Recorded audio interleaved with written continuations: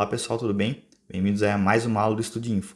Hoje a gente vai fazer a correção do nosso simulado de informática, que são aquelas 30 questões que eu trouxe para vocês no grupo, tá? E aquele formulário que a gente respondeu, né? Que eu depois vou trazer o ranking também, para vocês verem como que vocês foram, quem foi melhor, quem não foi. Eu vou postar lá no nosso grupo do WhatsApp também, certo? E se você quiser fazer o simulado, tá? Eu vou deixar o link dele aqui embaixo na descrição do vídeo. Então você pode baixar ele aqui, né? E daí depois você vem aqui, volta e confere se você acertou ou não. Vem aqui para nossa correção e acompanha até o final, beleza? Vamos lá para nossa correção então. A primeira questão fala o seguinte, ó. A segurança da informação é uma preocupação permanente dos agentes comerciais, principalmente em relação a assuntos contratuais e financeiros e as facilidades advindas dos meios digitais. Os recursos providos pelas áreas de TI das empresas, no que se refere à segurança da informação, incluem a autenticidade, que é a. Então, ele quer saber o que é a autenticidade. As alternativas, elas possibilitam com que eu traga para vocês aqui o seguinte, com que eu traga, já dei um spoiler ali antes, espero que vocês tenham visto, os 5 pilares da segurança da informação, que são esses, né? A confidencialidade, a integridade, a disponibilidade, a autenticidade e a irretratabilidade. O que são esses 5 pilares aí?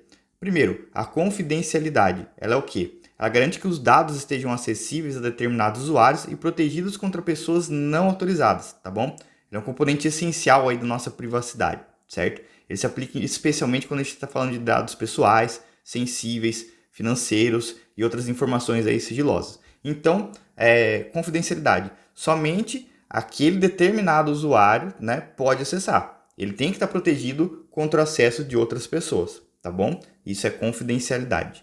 Integridade. Na segurança da informação, a gente diz respeito à preservação, precisão e consistência e confiabilidade desses dados durante todo o ciclo de vida. Ou seja, aquele dado tem que estar ali íntegro, tem que ser aquilo mesmo, tá bom? Ele não pode estar corrompido, ele não pode estar ocorrendo ali alguma falha nele, tá? Tem que estar ali sempre íntegro e sempre tem que estar do jeito que a pessoa precisa acessar, tá bom? Preservação, então ele tem que estar íntegro. Da mesma maneira que foi colocado lá, ele não pode ter sofrido alteração sem uma prévia autorização ou sem quem possa fazer aquela modificação nele, tá bom? Disponibilidade.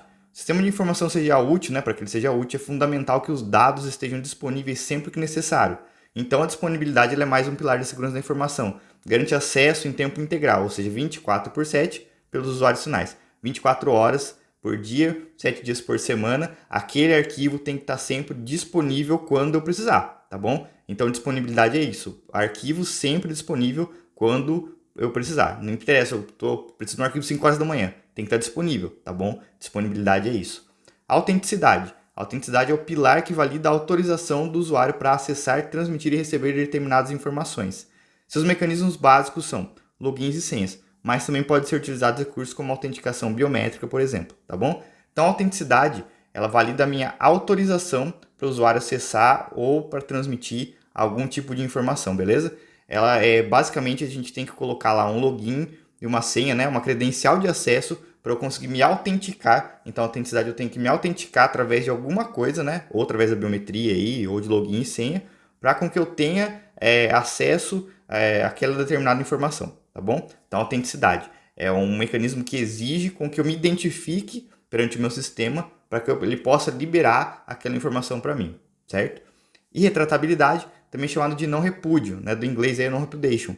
Esse pilar aí, ele é inspirado no princípio jurídico da irretratabilidade, que é o quê? Ele garante que uma pessoa ou entidade não possa negar a autoria da informação fornecida, como no caso dos certificados digitais para transações online e assinatura de documentos eletrônicos. Na gestão de segurança da informação, isso significa que ser capaz de provar que foi feito, quem fez e quando fez em um sistema, impossibilitando a negação das ações do usuário. Ou seja, o usuário fala, não fui eu que fiz. Não, mas aqui, ó, tô provando para você. Não tem como você falar que não foi você, tá bom? Então, a retratabilidade é a possibilidade de eu conseguir provar aquilo que foi feito, quem fez e quando fez em um sistema, tá bom? É mesmo que uma coisa como, entre aspas, a gente for uma auditoria lá, ó, essa pessoa fez isso tal hora, foi ela que alterou o documento, tá? Ela fez isso em tal sistema e não tem como ela negar, né? Porque ela deve ter se autenticado e só ela que tinha acesso, ou seja, ela passou pela autenticidade, pela confidencialidade, tá bom? Então é assim que funciona, tá? E retratabilidade aí, é o não repúdio, beleza? Então vamos voltar lá à nossa questão, tá? Então Então ela fala aí sobre autenticidade, vamos ver. Manutenção exata e completa do conteúdo das mensagens desde a origem até o destino. Não, lembra, autenticidade precisa de login, senha, né? Precisa de autenticação, precisa me identificar. Impossibilidade de negar a autoria de uma mensagem. A gente acabou de falar, né? O non repudiation lá, irretratabilidade. Possibilidade do acesso a qualquer mensagem quando necessário. Disponibilidade. Impossibilidade de os conteúdos de mensagem serem lidos e compreendidos por pessoas não autorizadas. Aí a gente está falando do primeiro pilar nosso lá, que é o confidencialidade, tá bom? E ó, lá, o A, né, eu não falei para vocês, mas o A é integridade, tá?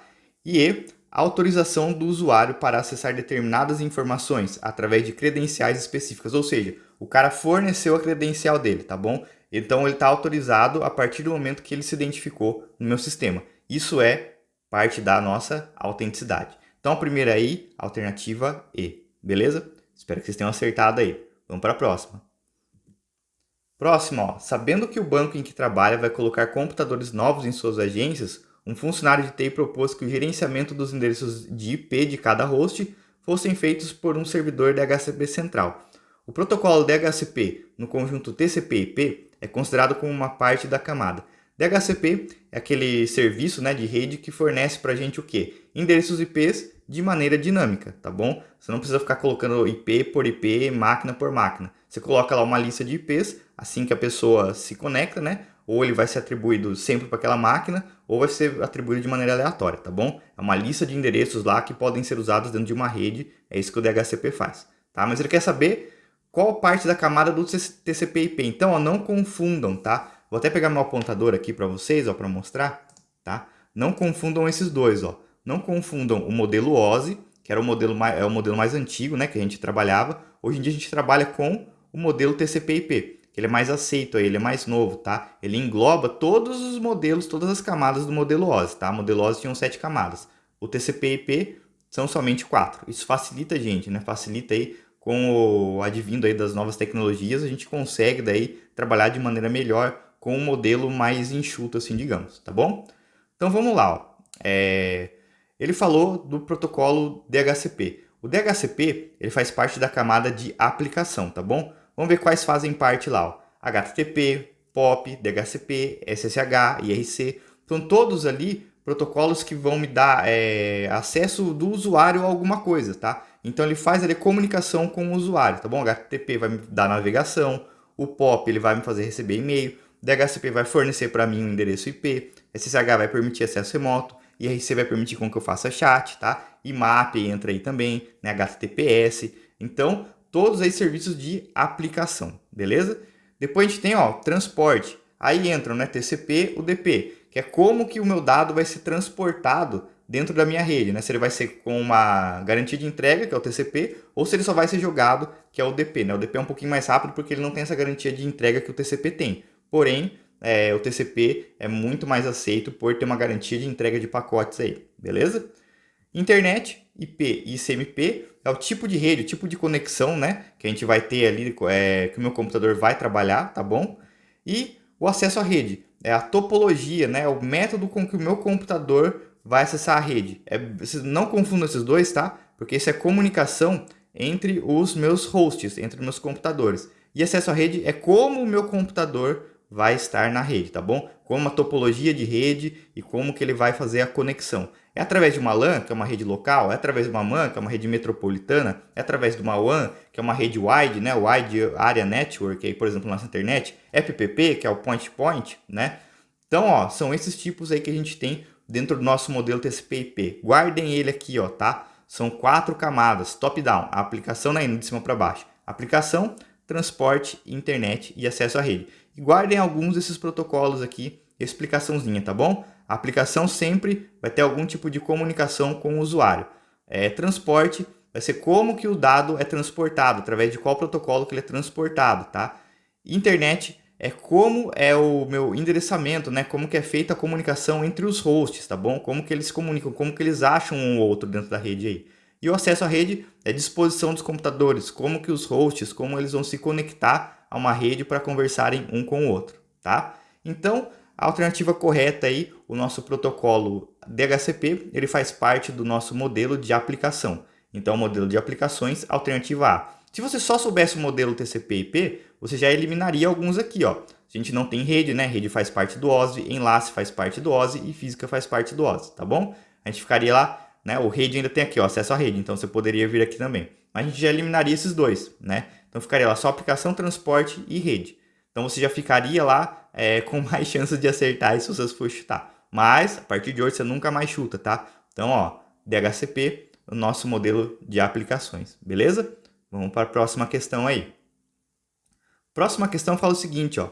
Desde o surgimento das primeiras redes de computadores e principalmente após a difusão do uso da internet para o desenvolvimento dos negócios corporativos, a segurança da informação tornou-se uma preocupação constante dos gestores de tecnologia da informação. Dentre as diversas políticas de segurança implementadas, a manutenção de softwares antivírus atualizados é de grande importância. Por quê? Por que é muito importante a gente ter um software antivírus atualizado? Alternativa A, porque ele permite o acesso às informações necessárias, mas evita instalações mal intencionadas? É uma das coisas que o antivírus faz quando ele está bem atualizado, tá? B, mapeia todo o tráfego de rede permitindo o gerenciamento dos acessos e conteúdos. Aqui já faz parte do firewall, né? O firewall ele faz o controle de tráfego de rede, tá bom? Ele pode fazer o mapeamento lá permitindo ou não e gerenciando os meus pacotes, tá? Fiscaliza o tráfego dos usuários na rede, permitindo sanções administrativas. Aqui também essa parte de fiscalizar os usuários dentro da rede, pode ser que o nosso firewall também faça, tá? Então aí ele também pode ter essa função. D, coordena e envia o recebimento de mensagem, otimizando o recurso de hardware. Envio e recebimento de mensagens, aí ele pode estar falando de correio eletrônico, tá? Então não faz parte aí do nosso antivírus. E monitora o conteúdo das informações, bloqueando o uso impróprio de dados confidenciais. Aqui, ó, monitorar o conteúdo das informações é parte dos nossos servidores de arquivos, tá? Conteúdo de informações, beleza? E bloqueando o uso impróprio de dados confidenciais. Lembrar da nossa política de segurança de informação que a gente acabou de falar, tá bom? Então, ó, isso não é parte do nosso antivírus, tá? Quem vai fazer isso aí é o controle de acesso a arquivos, certo? A alternativa correta, então, que vai melhor se encaixar aí, é a alternativa A. Permite o acesso às informações necessárias, né? Aos dados necessários, mas evita instalações mal intencionadas. Por exemplo, eu tenho uma informação lá que é necessária, eu vou executar um programa, tá? Ele é necessário. Só que esse programa é um programa mal intencionado, né? Por exemplo, é um keylogger lá, que ele rouba tudo que é digitado no meu computador, nas minhas teclas lá, tá? Então ele vai falar, não, beleza, eu estou permitindo o acesso, mas esse aqui, cara, é mal intencionado, você vai fazer coisa que não deve. Então ele evita a instalação desses programas aí, ele já joga lá para a quarentena dele, tá? Você pode depois, logicamente, fazer se você for gestor, claro, né?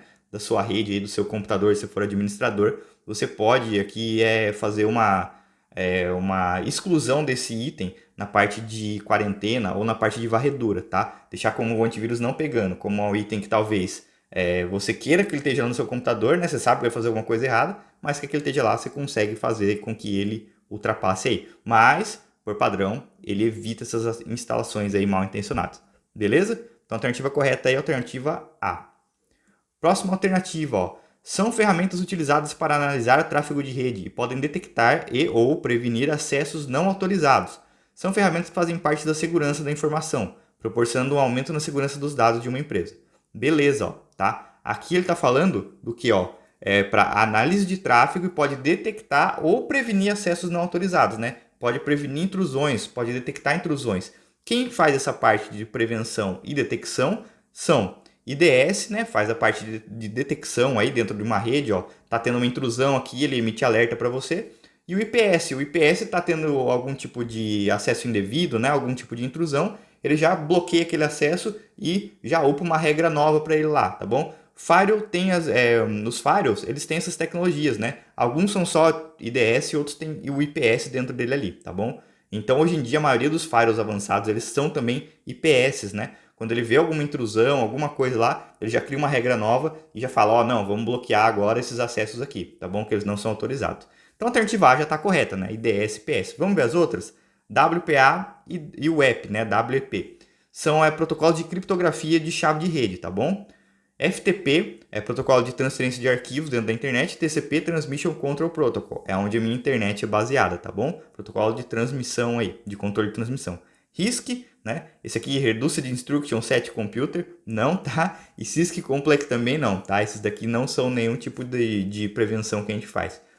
E o IRC e BIOS, né? IRC, Internet Relay Chat, é onde a gente consegue fazer bate-papo dentro da internet, e BIOS é um componente do meu computador, tá? É o meu Basic Input Output System. É o primeiro sistema aí que o meu computador detecta os meus dispositivos de entrada e saída, tá bom? Então a alternativa correta é aí, a alternativa A, IDS e IPS, tá? Próxima questão, fala o seguinte, ó. Ao iniciar o seu computador, José se deparou com uma tela inicial, informando que seu computador foi invadido e seus dados pessoais foram criptografados, impedindo assim o acesso. A mensagem também exigiu o pagamento de uma certa quantia em Bitcoin para que os dados fossem liberados. Esse tipo de ataque é chamado de... Isso aqui foi um ataque muito famoso, né? Em 2019, 2020, 2021, a gente teve muitos ataques desses daí. Alguns tribunais aqui no Brasil sofreram, algumas delegacias de polícia sofreram, até hospitais sofreram, né? Que é o nosso sequestro de dados, tá bom? Esse computador ele é invadido, né? Ele é infectado e os dados são criptografados. Para você ter acesso novamente, o cara exige aí que você pague um dinheiro para ele, né? Uma certa quantia, aí, por exemplo, em Bitcoin, que é uma moeda irrastreável. Então ele se sente seguro recebendo esse pagamento e ele vai te enviar uma chave de descriptografia, tá? Quando ele te envia essa chave, você coloca lá no programa e ele vai trazer seus dados novamente, beleza? Muitas vezes isso não acontece, tá? O cara só recebe dinheiro e beleza, você se lascou, né?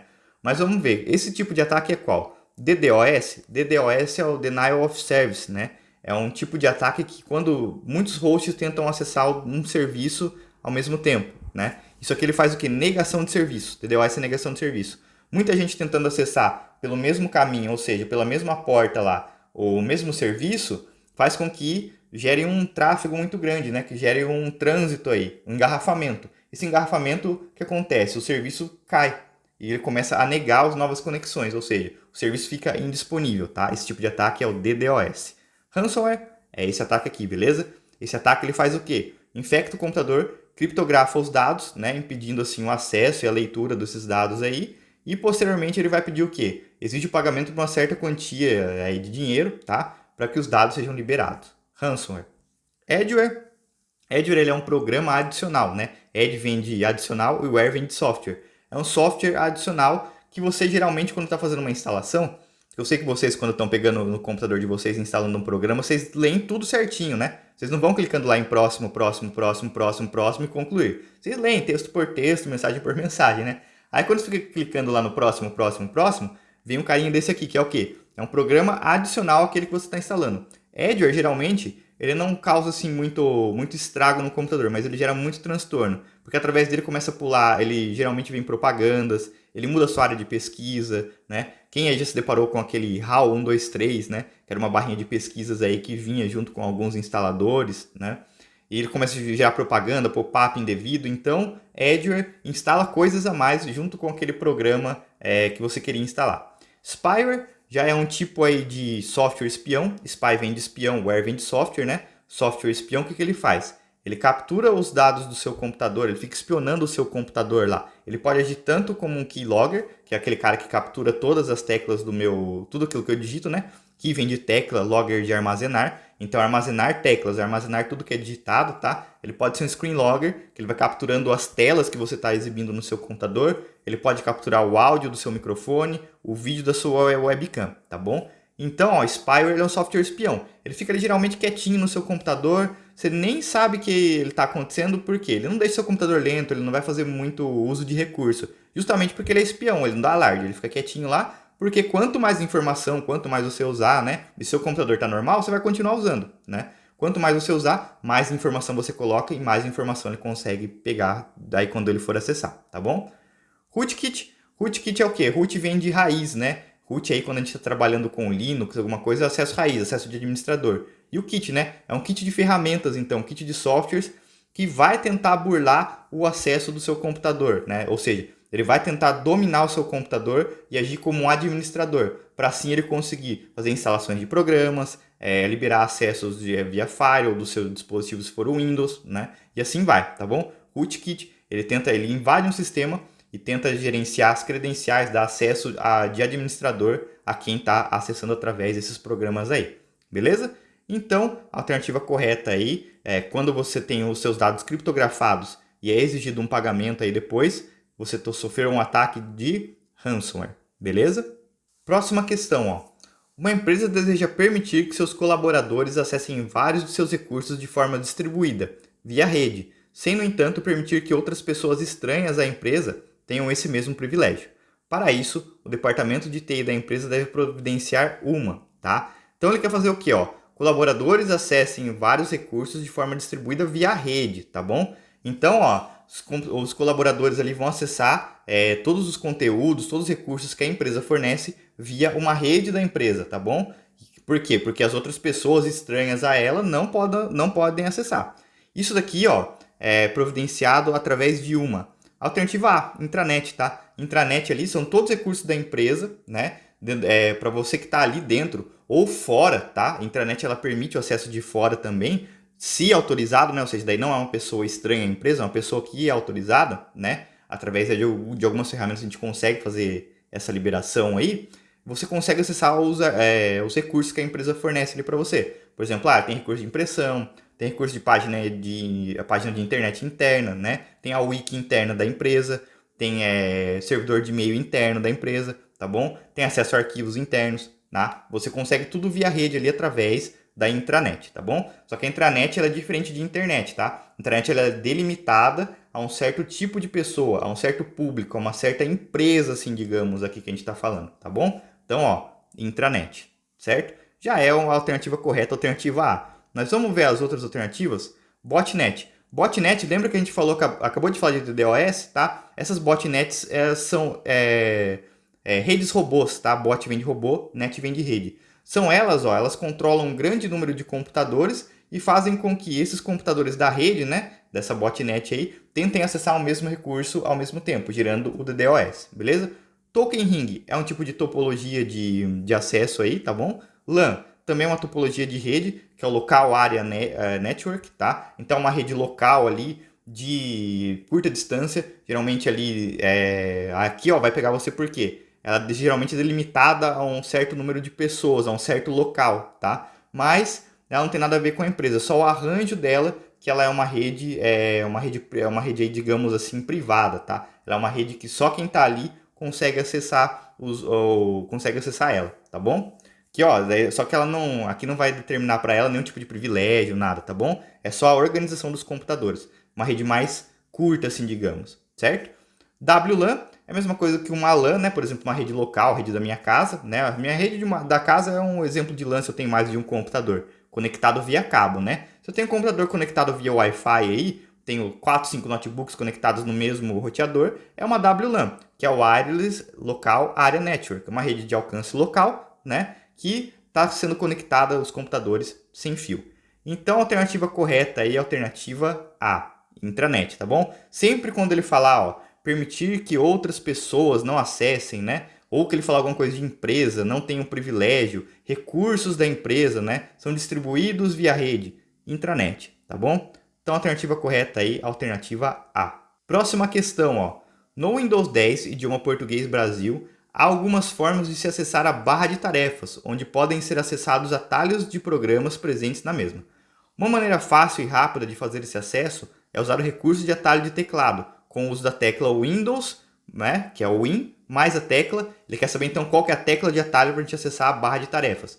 Alternativa A, Windows A? Não, Windows A vem de central de ações, né? Action do inglês, né? Lembra que sempre a primeira letrinha aqui, ó, ela vai tentar trazer alguma coisa do inglês para mim, tá? O A vem de action, então central de ações, beleza? O Windows B, ele faz o seguinte, né? Ele vai lá focar na minha área de notificações, tá? Então não é B de barra de tarefas, tá bom? Ele é o B lá que ele vai para minha área de notificações. Também aí no inglês agora eu não vou ter associação com ele, tá? Mas, né, lembra que as outras a gente tem sim.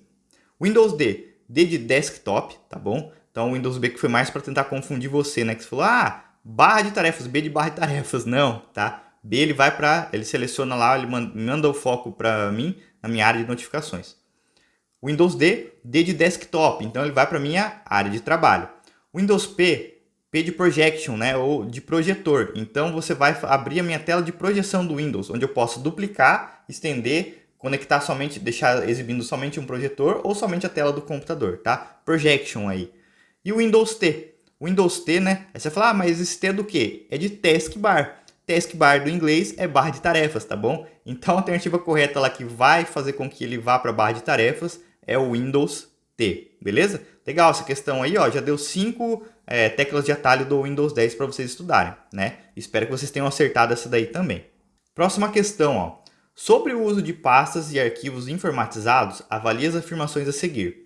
Primeiro, arquivos são blocos de informações relacionadas que estão gravados em uma unidade de armazenamento.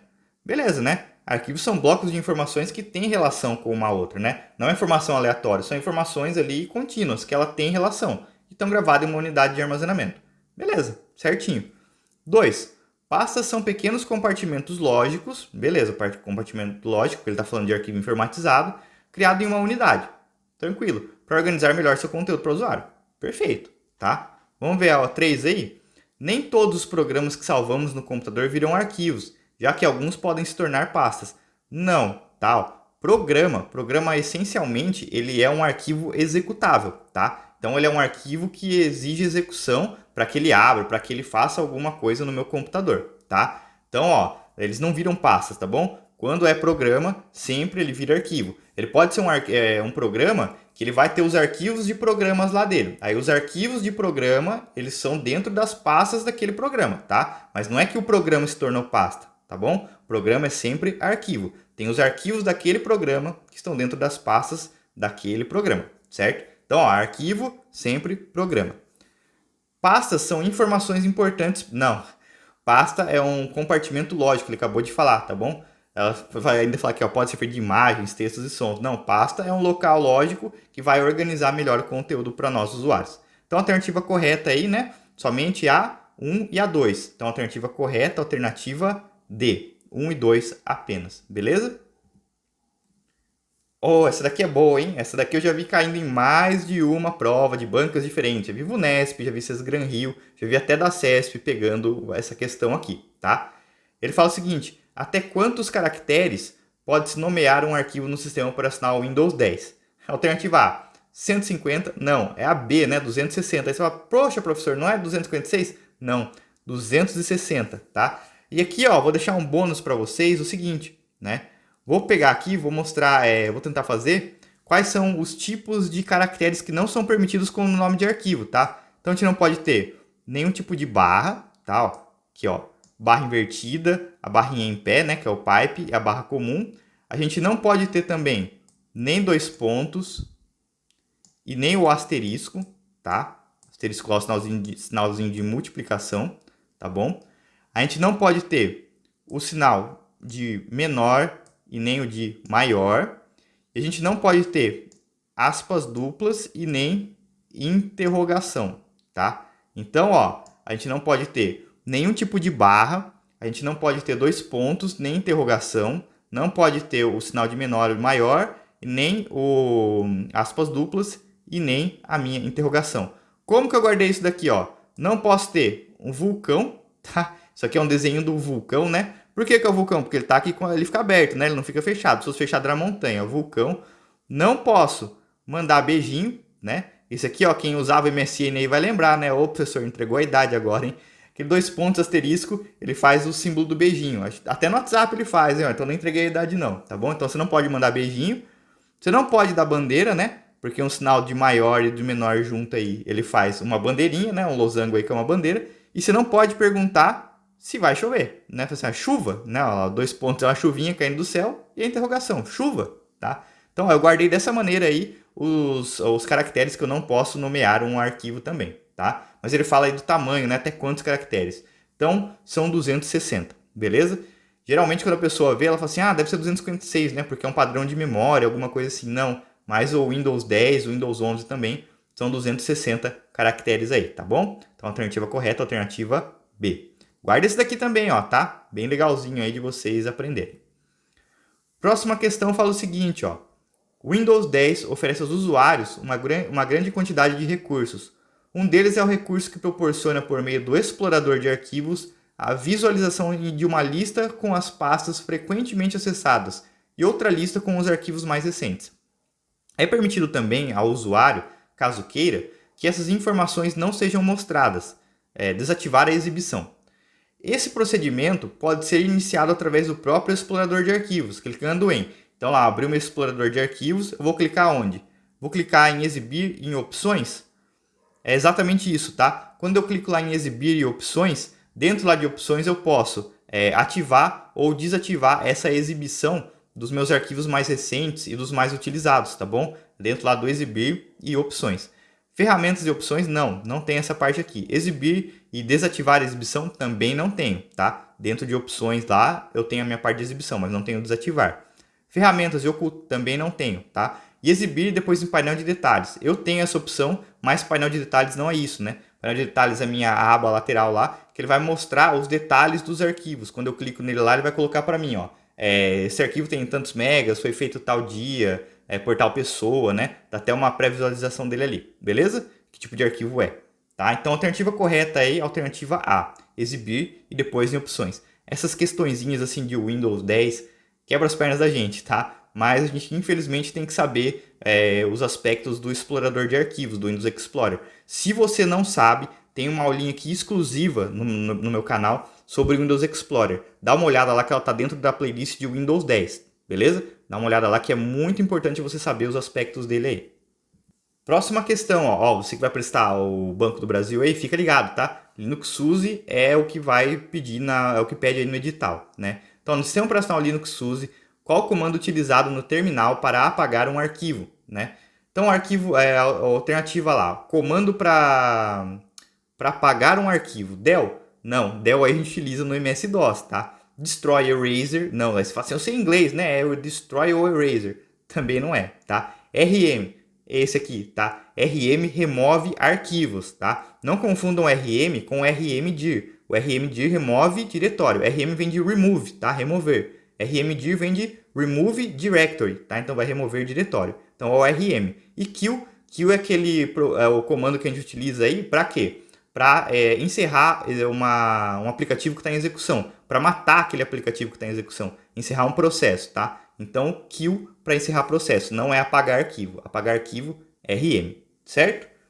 Então, ó, a alternativa correta aí é a alternativa D. Se você não sabe esses comandos, você nunca viu Linux na vida, também aqui no canal, ó, tem uma aulinha completa sobre Linux, tá? Onde eu falo dos comandos, das principais características. É muito importante que você veja essa aula, né? Ela é uma aula que ela não é muito longa, ela tem, se não me engano, 35 minutos, mas é de cabo a rabo, assim, comandos, principais características, programas do Linux, gerenciador aí de instaladores, tá? Então vê essa aula aí, que ela é bem importante para você que vai prestar o Banco do Brasil ou outra banca aí que peça Linux, tá bom? Fica bem legal, a gente trabalha assim, eu trouxe ela de forma resumida para vocês, tá?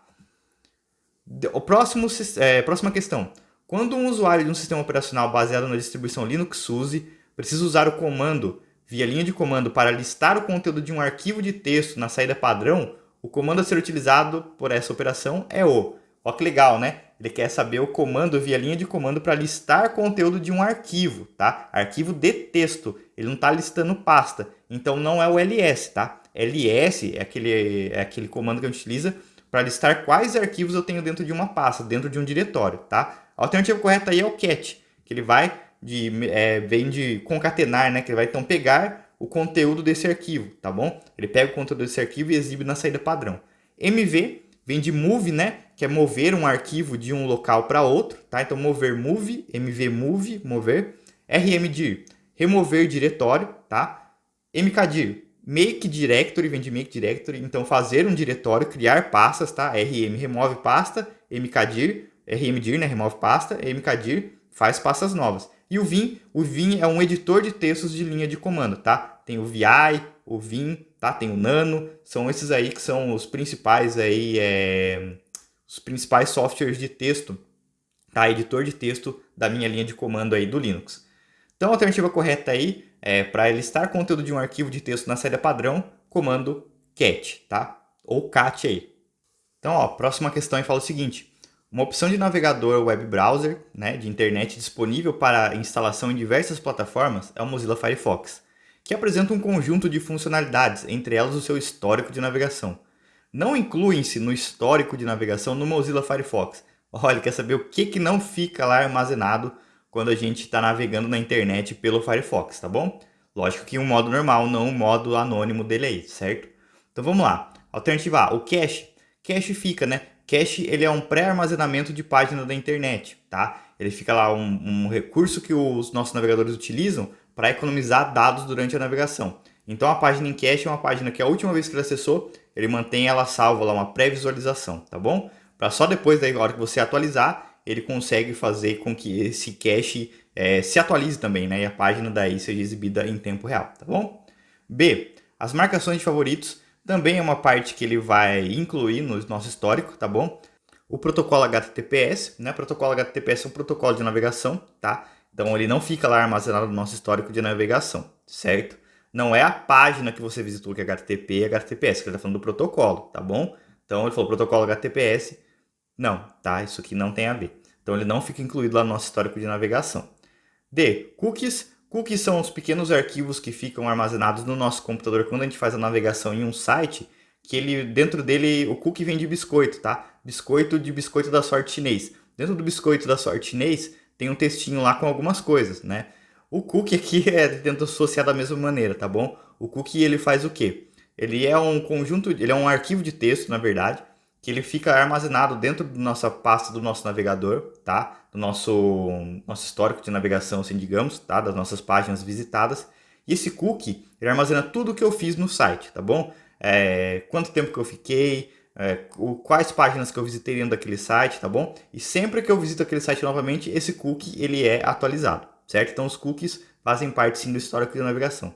E os formulários e pesquisas, tá bom? Também fazem parte lá, pesquisa que você faz no Google, pesquisa que você faz direto na nossa barra de endereços, os formulários que a gente preenche, por exemplo, no Google, os formulários que a gente preenche lá de login, tá bom? Os formulários que a gente preenche lá para fazer alguma compra, né? Ele armazena nosso nome, ele armazena o nosso CPF, o nosso CEP, tá? E assim vai, são esses tipos de formulários aí.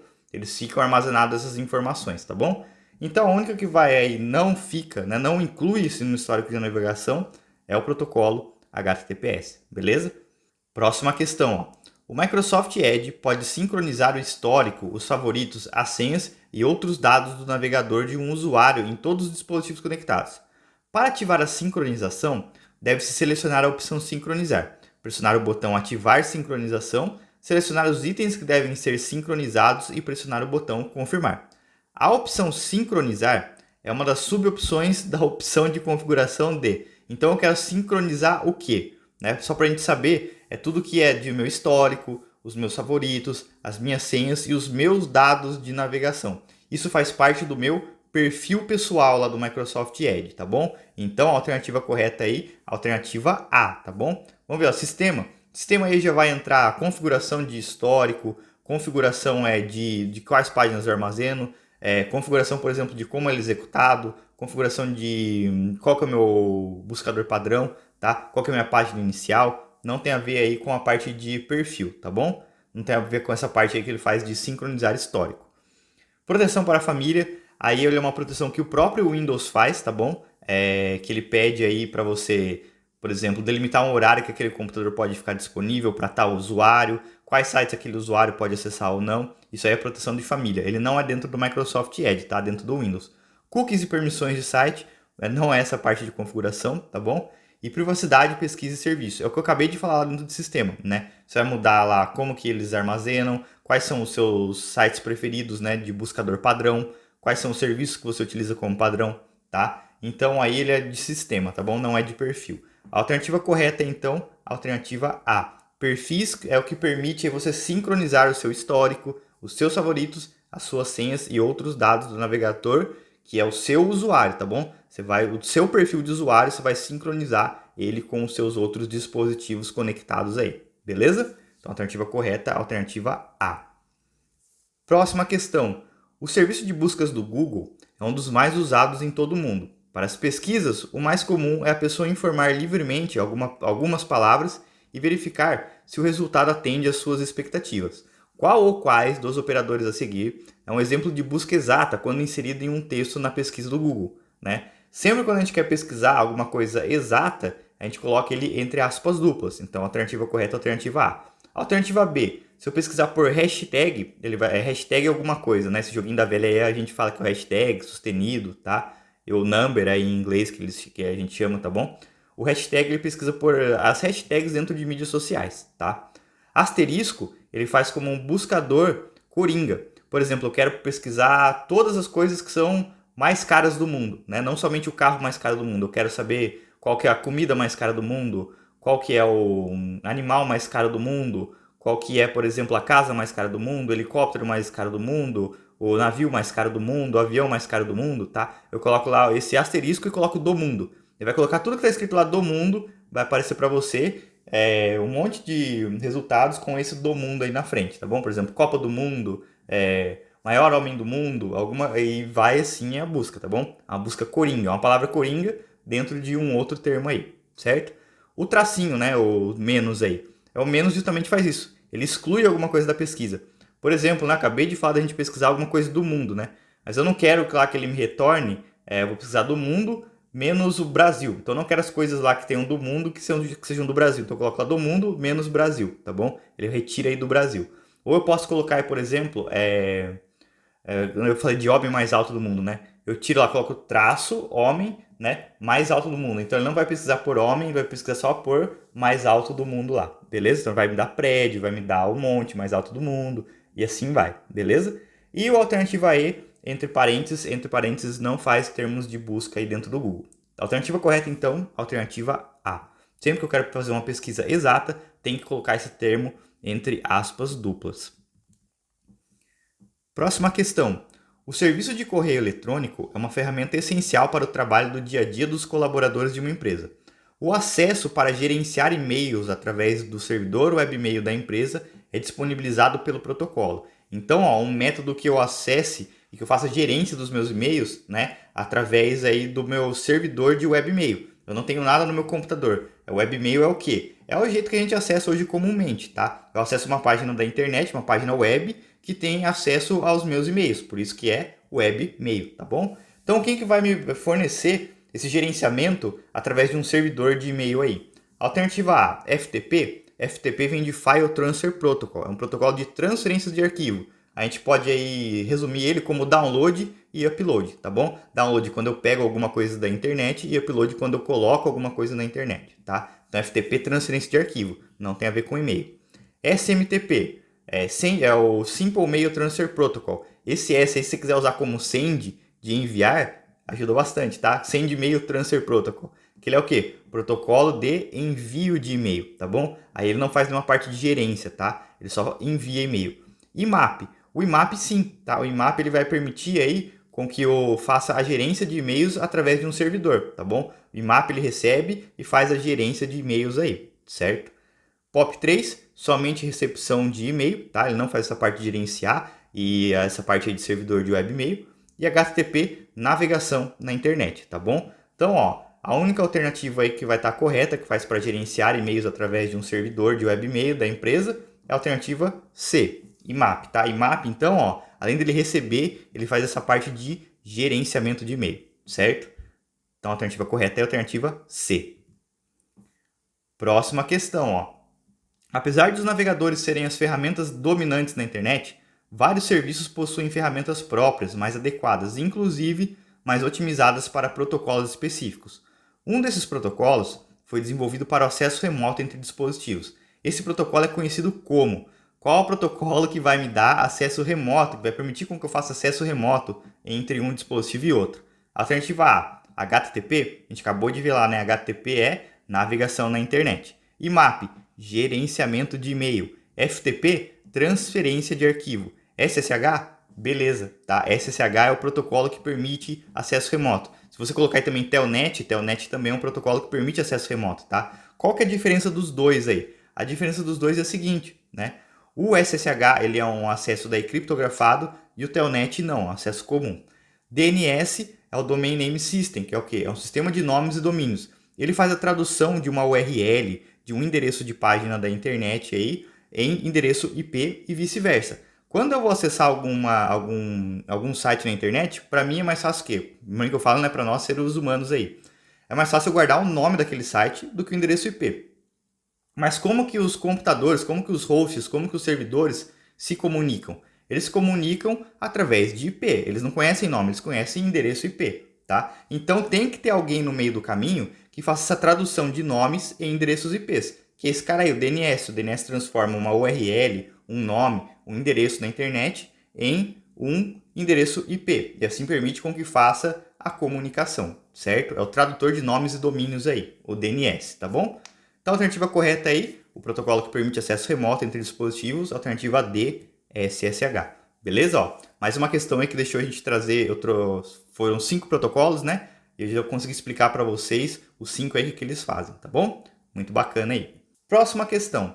Ao navegar na internet através de browsers como Mozilla Firefox ou Microsoft Edge, podemos utilizar algumas teclas de atalho que facilitam e agilizam alguns processos. Por exemplo, para abrir a última aba que foi fechada, eu posso utilizar o atalho de teclado, tanto no Firefox quanto no Edge. Então é um atalho comum, tá bom? Vamos ver lá. Alternativa A, Ctrl N. Ctrl N ele abre uma nova janela, tá? Tanto no Firefox quanto no Edge aí.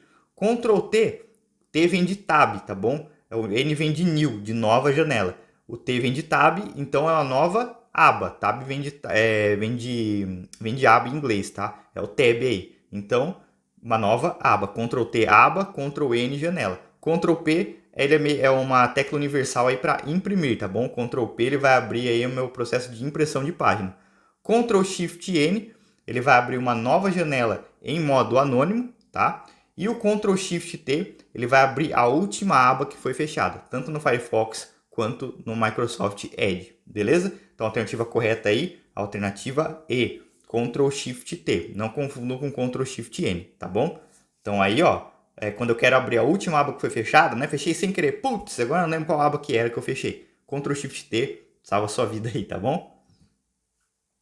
Próxima questão, ó. Equipes do Microsoft Teams reúnem pessoas com o objetivo de facilitar a colaboração entre seus membros.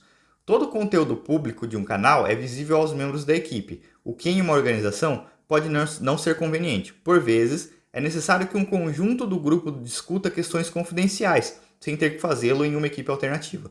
Qual recurso do Teams viabiliza a criação de uma área exclusiva dentro de uma equipe? Aqui, mesmo se você não souber, ó, você consegue pela lógica, tá? Não é caderno, não é tarefas, não é insights, tá bom?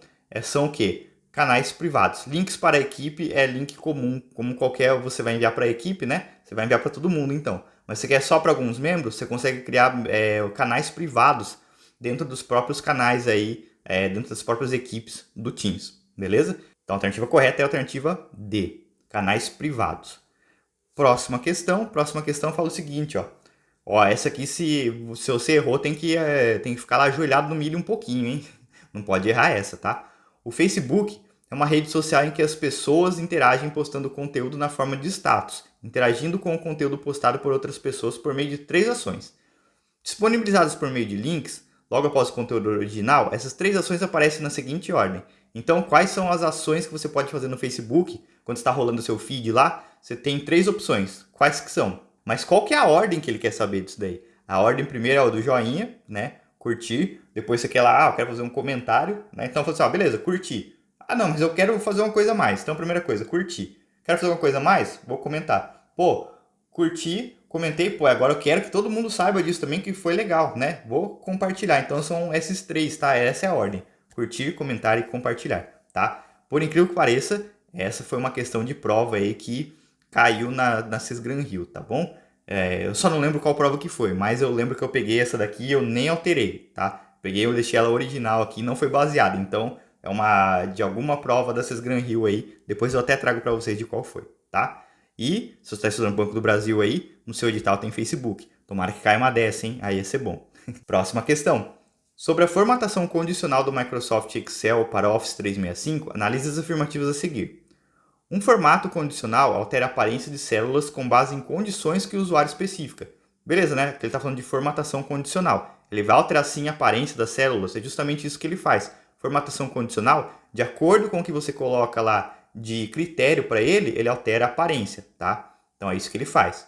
2. A formatação condicional visualiza dados usando barras de dados, escalas de cores e conjuntos de ícones. Beleza, tá? Além de a gente alterar a aparência, a gente pode colocar lá barra de dados, né? A gente pode colocar também escala de cores, como ele aumentando, né? Fazendo um degradê, diminuindo o degradê também. E conjunto de ícones também, para deixar com que eu faça de maneira visual, consiga já pegar algumas informações ali já formatadas para mim, tá?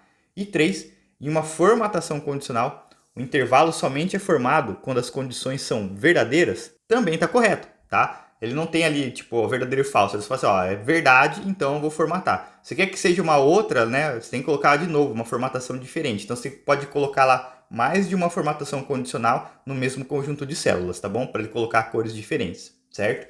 Então a alternativa correta aí, alternativa D. Todas as 3 estão corretas. Próxima questão, ó. Considere a seguinte planilha editada no Microsoft Excel 365 em português e em sua configuração padrão. Aí tem essa planilhinha bonitinha lá. E ele fala o quê? Considerando que na célula D6 foi inserida a fórmula igual média, abre parênteses, maior de A2 até B4, o segundo maior, né, que é ponto e vírgula lá, ele colocou um 2 depois, é o segundo maior, e a soma de B2, ponto e vírgula, C3, ou seja, B2 e C3 e o C4. Ele quer saber a média então desses 3 resultados aí. Então o resultado produzido em D6 foi. Vamos lá, ó. Deixa eu pegar aqui o meu apontador para ficar mais fácil para mostrar para vocês, tá? Minha canetinha aqui, ó. Ele quer saber, então, primeiramente, ele quer saber a média, tá? Como que eu resolvo essa questão? Essa questão, ó, no final eu vou ter que fazer a média de tudo isso daqui, certo? Eu vou ter que ir por partes, ó, vou ter que ir separando, ó. Primeiro eu tenho que resolver o maior, depois eu tenho que resolver a soma e depois o valor que eu tenho lá dentro de C4, tá? Então, ó, esse maior aqui, o que que ele quer, ó? Ele quer o maior de A2 até B4, né? Porque, ó, 2 pontos, né? Até. Então, de A2 até B4, quem que é, ó? De A2 até o meu B4, tá? Então vamos lá, ó. Esse intervalo aqui, vamos resolver ele. Qual maior que ele quer? Né? Depois aqui ó, do maior, no maior, ó, lembra? Depois do intervalo vem um número. Esse número é o número de ordem, ou seja, ele identifica qual maior ele vai querer. Se ele colocasse lá o 1, seria o primeiro maior. Se ele colocasse o número 2, que é o caso, é o segundo maior. Se ele coloca o número 3, é o terceiro maior e assim vai, tá? Maior e menor, eles funcionam dessa maneira aí. Ele permite com que eu escolha qual o maior valor ou qual o menor valor eu retorne aí para ele. No caso que ele está pedindo o maior, tá? Segundo maior valor. Então, número 2, segundo maior valor. Aqui, ó, eu tenho o primeiro é o 21, tá? Depois eu tenho um segundo maior valor, que é o 21. Olha o que o maior e o que o menor faz, tá bom? Eles fazem o seguinte, ó. Eles pegam e eles utilizam por repetição. Eles consideram repetição aqui. Então ele fala assim, ó, eu tenho um número 21 aqui dentro desse intervalo e tenho um outro número 21, tá? Aí depois eu tenho lá 12, 11, 2 e 1. Se eu for colocar nessa ordem aqui, é assim que o maior ele organiza, tá bom? Ele quer saber o segundo maior valor. Quem que é, ó? O segundo maior é um número 21, tá? O primeiro também é um número 21, tá? Se tivesse outro número 21, o terceiro maior valor ia ser um outro número 21, tá bom? Ele entra, essa repetição ele considera, tá bom? Então, ó, cuidado aí com o maior e o menor com esse caso aí de repetição. Então, ó, o segundo maior valor é o 21. Então, já coloco aqui, ó, esse resultado de maior me deu 21, beleza? Agora ele quer a soma de B2 e C4. Soma de B2 e C4. Por que que é E? Porque é ponto e vírgula, tá? Ponto e vírgula aqui dentro da soma significa E, se fosse 2 pontos até, certo? Então vai lá, soma de B2, quem que é B2? B2 é o número 2, tá? E o C3 é o número, C3 é o 13, tá? Então, ó, 2 mais 13 vai me dar 15, certo? Então, ó, 21, 15. E agora sobrou só C4. Quem que é C4? C4 é o número 24.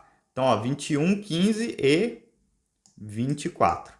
Então, ó, ele quer saber a média entre 21, 15 e 24. O que que eu vou fazer? Vou somar o 21, o 15 e o 24 e vou dividir por 3. Vamos somar lá, ó. 21 com 15. 21 com 15 vai dar 36. 36 mais 24 vai dar 60, tá bom? Então, ó, 60 dividido por 1, 2, 3, que são 3 valores. 60 dividido por 3 vai dar 20, tá? Então, a média de tudo isso daqui é 20. Então, ó, não se assustem, tá? Isso daqui é só tamanho. A gente tem que pôr partes mesmo aqui, ó, né? A gente vai lá, ó. Primeiro resolvo o maior, depois resolvo soma, depois só substituo o valor de C4, tá? Então, ó, vai por partes. Não vai ser, ah, não quero fazer. Fez tudo isso, achou os resultados, não tem mais função para resolver aqui dentro desse parênteses da média, aí você calcula a média, tá? Eu já vi algumas questões aí que ele pega, às vezes ele coloca lá uma função, outra função e outra função lá dentro, daí você tem que fazer o quê? Sempre resolve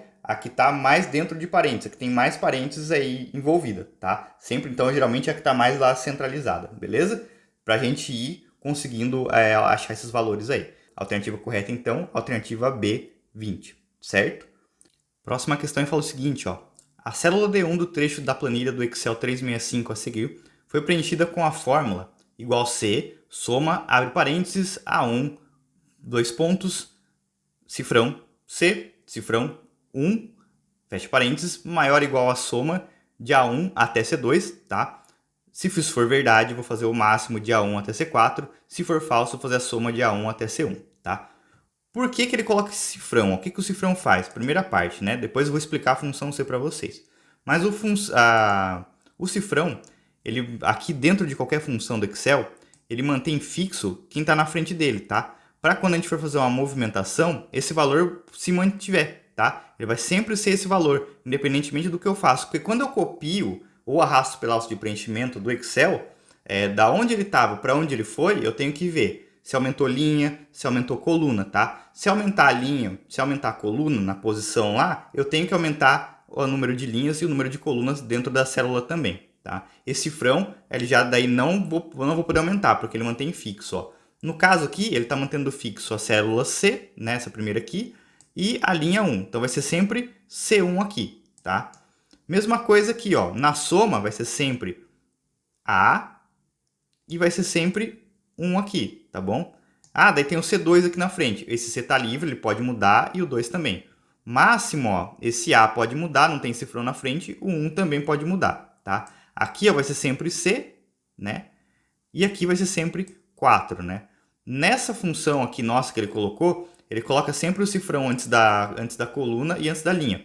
Pode ser que apareça da seguinte maneira, ó. Cifrão somente antes da coluna, aí a linha fica livre para movimentar, tá? Cifrão somente antes da linha, aí a coluna fica livre para ser movimentada, né? No caso aqui ele está fixo sempre, porque tem um cifrão antes da coluna e antes da linha, beleza? Aqui livre, né? Ó, A1 e C1 livre também. Beleza? O que ele fez, ó? Então ele pegou essa função e ele quer saber o valor dessa função aí quando eu movimento da D1 para D4, tá? Então o que ele faz? Ele estava aqui em D1, né? Colocou essa função aí e movimentou aqui para D4. De D1 para D4, qual que é a diferença? A coluna continuou a mesma, né? Então a coluna aqui, ó, vai continuar igual. Mas ele aumentou 3 linhas, né? Então eu tenho que acrescentar mais 3 linhas aonde a minha função permitir. Sendo assim, como que vai ficar escrita a minha função C para eu resolver? Ó, ela vai ficar da seguinte maneira escrita, certo? A1, eu posso mudar, né, esse 1 aqui, então eu vou acrescentar 1 mais 3. 1 mais 3, 4. Então vai ficar A4. Olha lá, ó, cifrão C, cifrão 1, não mexe. Então ó, já mantive fixo, né? Beleza? Ó, continua igual. Dica, ó, quando você for copiar, né, ele falou assim, copiei, arrastei pela alça de preenchimento de um local para outro, já copia lá para dentro da função quem tá com o cifrão, tá? E você vai conseguir ver, ó, quem fica livre é só quem tá fora, que nem eu fiz aqui, ó. Eu marquei quem tá com o cifrão. Então eu sei que nesses eu não vou poder mexer, tá? Só sobrou os que eu posso mexer, tá? Os que não estão marcados é o que eu posso mexer.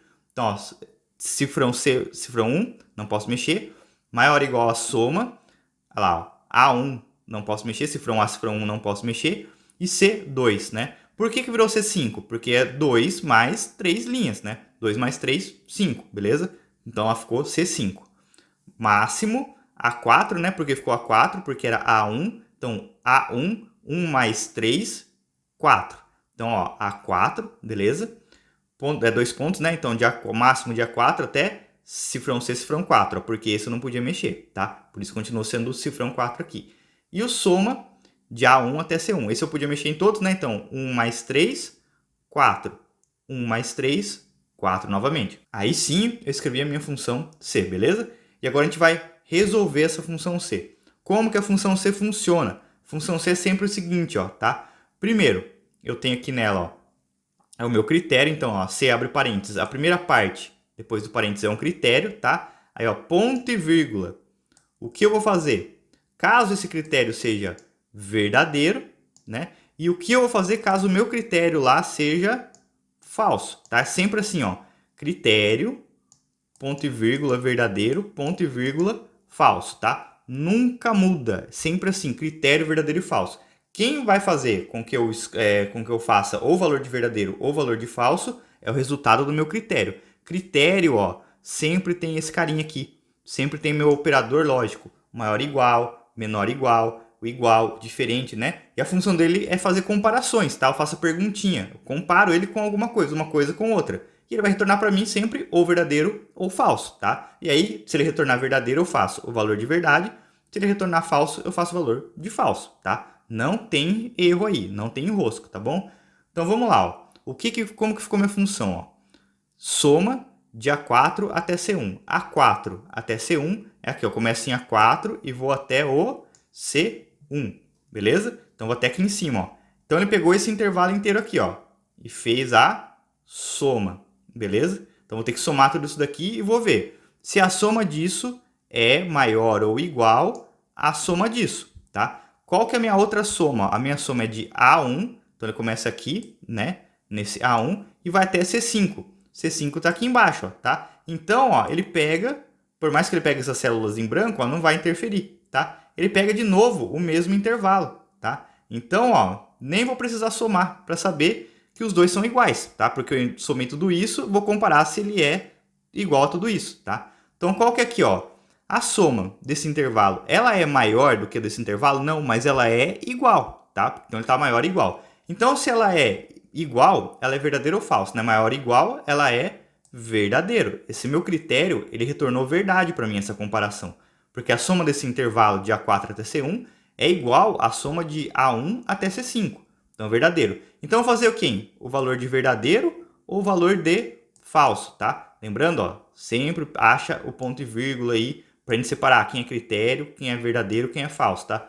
Critério primeiro, ponto e vírgula, verdadeiro, ponto e vírgula, falso. Então, se meu critério retornou verdadeiro, eu vou fazer o valor de verdadeiro. O valor de verdadeiro é o máximo de A4 até C4, né? Cifrão C, cifrão 4. Então, ó, o valor aqui, ó, de máximo desses três carinhas aqui, ó, de A4, né? Começa aqui, ó, A4 até o C4. Então, esses três carinhas, ó, entre 4, 6 e 7, o máximo é sempre o primeiro maior valor, tá? Aqui ele não deixa escolher igual maior menor, tá? O máximo e mínimo, máximo primeiro maior valor, mínimo primeiro menor valor, tá? Máximo primeiro maior, mínimo primeiro menor, tá? Não tem escolha aí, sempre isso. Máximo absoluto, mínimo absoluto. Então, ó, entre 4, 6 e 7, qual é o maior valor? Número 7.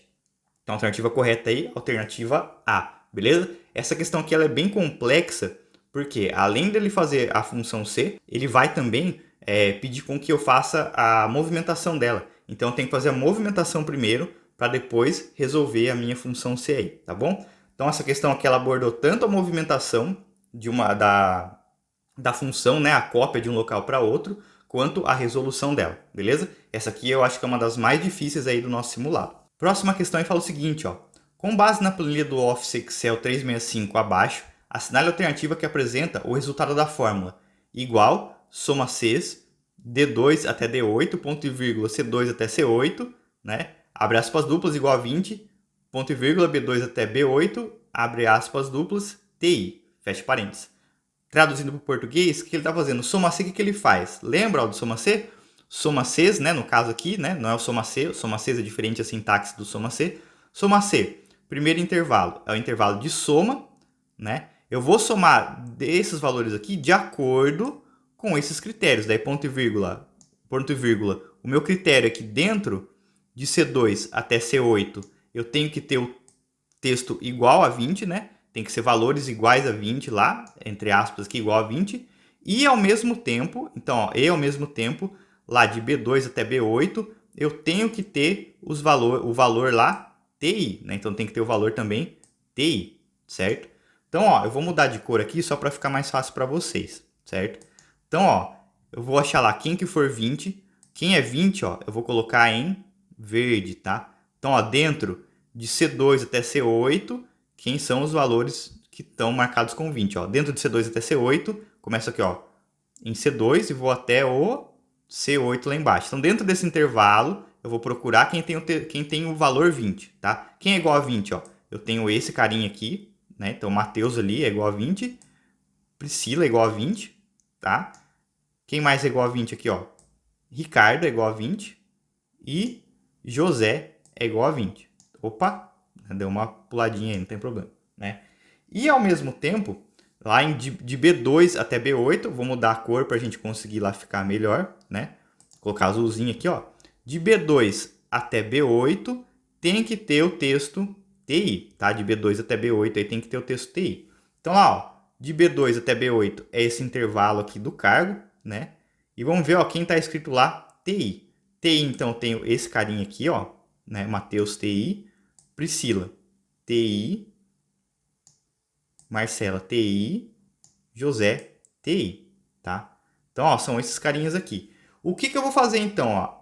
Tendo essas condições, eu vou somar quem for ao mesmo tempo, tá? Soma Cs, você tem que fazer os dois ao mesmo tempo, tá? Ao mesmo tempo, o cara tem que ser maior, tem que ser igual a 20 aqui na minha coluna C, e na coluna B ele tem que estar como TI. Então, vou marcar, ó, quem são esses carinhas para eu conseguir somar na minha coluna D, tá? Então, vou pegar aqui, ó, minha coluna D de D2 até D8 aqui, ó, é tudo isso daqui, certo? Eu vou fazer associação lá, então, ó, vou somar esses valores aqui de acordo com o meu critério. Meu critério é que seja TI e seja igual a 20. Então, ó, TI igual a 20, já achei um aqui, ó, o Matheus, tá? Matheus entra aqui, então 15 mil entra na soma do Matheus, tá? Entra na meu soma Cs. TI e 20, ó, Priscila, né? TI e 20, ó, certo? Priscila, então, entra na soma, no meu soma Cs aí, tá? 15 mil. TI, ó, achei Marcela é TI, mas Marcela é 40. Marcela não é 20, tá? Então, Marcela não entra na soma, tá? Marcela fica aqui, não entra na soma. Ela é TI, mas não ela é 40. Tem que ser os dois ao mesmo tempo, tá? Ela não é 20, né? Ela é 40. Tem que ser os dois ao mesmo tempo. Ricardo é AT, só que ele é 20, tá? Então, ele entra na soma? Não entra. Por quê? Ele tinha que ser TI também o texto, né? Ah, mas aqui a carga horária é 20. Não interessa, tem que ser os dois ao mesmo tempo, tá? E José? José é TI, beleza. E a carga horária dele também é 20. Então, José entra na soma. Então, ó, dentro desse intervalo, eu vou somar só quem? 15 mil, mais 15 mil, mais 10 mil. Então, ó, 15 mais 15 vai dar 30. Mais 10, 40 mil aí. A alternativa correta, então, a alternativa D, 40 mil. Beleza? Soma Cs, sempre assim, ó. Primeiro, é o meu intervalo de soma, tá? Primeiro eu abro parênteses, é o meu intervalo de soma, ponto e vírgula é o meu critério, tá? Critério 1, ponto e vírgula, critério 2. Se você quiser colocar mais critérios, você pode pôr, tá? Só que daí tem que atender todos para conseguir entrar na soma. Então, ó, é a soma de acordo com o critério 1, critério 2, tá? Tem que ter dois ou mais critérios para ser soma Cs aí, beleza? Não esqueçam de ler, a gente já resolveu outras questões sobre soma Cs aqui no canal. Dá uma olhadinha lá se você ficou com dúvida. Eu tenho ela explicada também, a aula só sobre soma C e soma Cs. Dá uma olhadinha lá que vale a pena, beleza? Então, a alternativa correta aí, alternativa D. Próxima questão, ó. Sobre as funcionalidades do Word para o Office 365, analise as afirmativas a seguir. Primeiro, a funcionalidade de diminuir recuo move o parágrafo para mais perto da margem. Beleza, tá ok. Segundo, a funcionalidade de maiúsculas e minúsculas permite mudar o texto selecionado para maiúscula, minúscula ou outros formatos comuns de maiúsculo e minúsculo. Também está certo. E 3, a funcionalidade de sobrescrito permite digitar letras bem pequenas abaixo da linha do texto. Não é. Sobrescrito é sobre, né, acima do texto. Então ele vai lá, acima da linha do texto, ele escreve um texto bem pequenininho. É quando a gente escreve lá o elevado, alguma coisa assim, é um sobrescrito. E o sub, né? Sub é abaixo, tá? Subscrito, aí seria essas letras bem pequenas abaixo da linha do texto. Sobre, acima, sub, abaixo, tá? Então aí, ó, a alternativa correta, somente a gente tem a 1 e a 2. A alternativa correta, então, a alternativa A. Beleza? Próxima questão, ó. A funcionalidade do Microsoft Word para o Office 365 que permite controlar todas as alterações feitas no documento, feitas pelo usuário ou por outras pessoas, é encontrada no botão. Esse botão aí, ó, é o botão controlar alterações, tá? Não é lá a lista de alterações, não é mostrar marcações, não é painel de revisão e nem controlar revisões, certo? O único botão que vai fazer isso aí é o controlar alterações. Quando você clica nele lá, ele permite controlar as alterações suas, alterações de outros usuários, tá bom? Então, ao controlar alterações. Próxima questão. Através do menu Inserir do Microsoft Word, do Microsoft 365, podemos adicionar novos conteúdos ao documento de texto que estamos editando, exceto, então, para inserir novos conteúdos, através do menu Inserir, o que eu posso colocar lá? O que eu tenho no menu Inserir? Vídeo online? Por incrível que pareça, eu tenho a opção de vídeo online. Por quê? Como é o Word 365, ele é colaborativo, ele é uma ferramenta online aí de edição de texto, tá? Se eu for fazer um documento lá, eu posso colocar texto, eu posso colocar vídeo nele, né? Apesar que o mais adequado para vídeo seria o PowerPoint, mas eu estou escrevendo um texto, quero ilustrar com um vídeo, assim como eu posso colocar imagem, eu posso colocar vídeo online também, tá? B, imagem, beleza? Eu posso inserir imagem dentro do meu documento lá. Desenho, posso fazer também. Tabelas, também posso colocar. E margens. Margens não faz parte do menu inserir, tá? Margem faz parte do layout da minha página, tá? Então margens. Margens é da parte do layout. Então aí só as únicas alternativas que vão, a única alternativa que não vai ter dentro do inserir, tá? São as margens. Alternativa correta, então, alternativa E. Próxima questão, ó. Sobre o recurso de painel de anotações do PowerPoint para o Office 365, analise as afirmativas a seguir. No painel de anotações, não se pode formatar a fonte como negrito e itálico. A gente pode sim, tá? A gente pode fazer isso sim, não tem problema não. No painel de anotações, pode-se usar listas numeradas ou marcadores? 3. No painel de anotações é onde se colocam as informações complementares que não aparecem no slide durante uma apresentação. Beleza, tá? É isso aí que a gente faz. Estão corretas as afirmativas, então. No painel de anotações não se pode formatar aí a fonte como negrito itálico. Isso aqui, falso, né? Eu posso sim fazer essa formatação. Painel de anotações pode-se usar listas numeradas ou marcadores? Aqui, ó, a gente também pode fazer, tá? Esse aqui não tem problema não. E no painel de anotações é onde também tá ok, tá?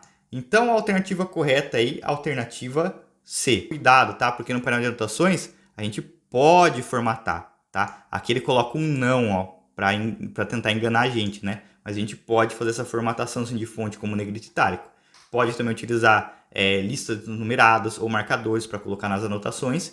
E na hora de apresentar, essas anotações não aparecem aí no meu slide durante a apresentação, tá? Então a alternativa correta aí é somente a 2 e a 3. Próxima questão. Ao abrir através de um browser como o Edge ou Firefox o PowerPoint para Office 365, o usuário se depara com uma tela de apresentação em branco, onde ele pode incluir novos slides e realizar edições de texto e imagem no mesmo. Ao selecionar um texto dentro do Office PowerPoint 365 em execução no Edge e pressionar o atalho de teclado Ctrl N, qual será o resultado obtido pelo usuário? A alternativa A, o texto será formatado se fosse no PowerPoint, no PowerPoint 2016, 2019, que ele está executando direto do computador, aí sim o N seria de negrito, tá? Mas o N, como ele está em um navegador, o navegador sobrepõe a tecla de atalho aí. Então, Ctrl N em navegadores como o Edge e como o Firefox, lá que ele está falando na questão, é de uma nova janela. Ele vai abrir uma nova janela, tá bom? B, um novo documento do PowerPoint será criado? Não. Não haverá nenhum retorno? Também não, né? Ele faz alguma operação aí. Uma nova janela do navegador será aberta? Beleza, é isso daqui. E a apresentação do PowerPoint será iniciada? Aí também ele não faz, tá? A única alternativa correta, então, a alternativa D. Uma nova janela do navegador será aberta. Beleza? Próxima questão, ó. Qual a extensão, formato de arquivos padrão do Microsoft Office PowerPoint 365 quando ele é salvo em um computador através da opção baixar uma cópia? É a mesma coisa se eu estivesse salvando ele comum, tá? No meu computador aí. Então, qual que é a extensão padrão aí do PowerPoint, né? Do 365? Do 2010 para frente, como o 365 é do 2010 para frente, é o PPTX. PPT 2010 para trás, tá? Então, 2010 começa a PPTX, daí dele para frente é tudo X vem de 10, né? Então, aí ele passa aí todo mundo PPTX, tá? PPT 2007, 2003 e assim vai, tá? Todos eles para trás. PDF são arquivos aí do Acrobat Reader. RTF Rich Text Format é um padrão aí do nosso WordPad. XLSX, padrão de planilhas do Excel. Se você não sabe extensões de arquivo, tem uma aulinha aqui também no canal sobre extensões de arquivo, tá bom? Dá uma olhadinha lá que vale a pena também, beleza? Então essas foram as questões do nosso simulado aí. Espero que você tenha ido bem. Se você não foi, não tem problema, tá? Guarde essa correção aqui e faça novamente se você quiser, que agora eu vou deixar o link aqui embaixo, né, na descrição do vídeo, para você fazer o download, para você fazer as respostas dele aí se você quiser, tá? Deem uma olhada nas aulas do canal. Se você não faz parte do nosso grupo aí do WhatsApp, eu também tá o link aqui na descrição, tá? Pode clicar lá, entrar, você consegue conversar comigo, conversar com os outros alunos, pra gente interagir, trocar ideia e trazer novos conteúdos para vocês, tá bom? Se gostou, deixa nos comentários. Se ficou alguma dúvida aí também, pode deixar nos comentários aí, que é conteúdo novo também, é só comentar, tá bom? Deixa o seu joinha aí, se inscreve no nosso canal que ajuda bastante. Vejo você na próxima aula e bons estudos!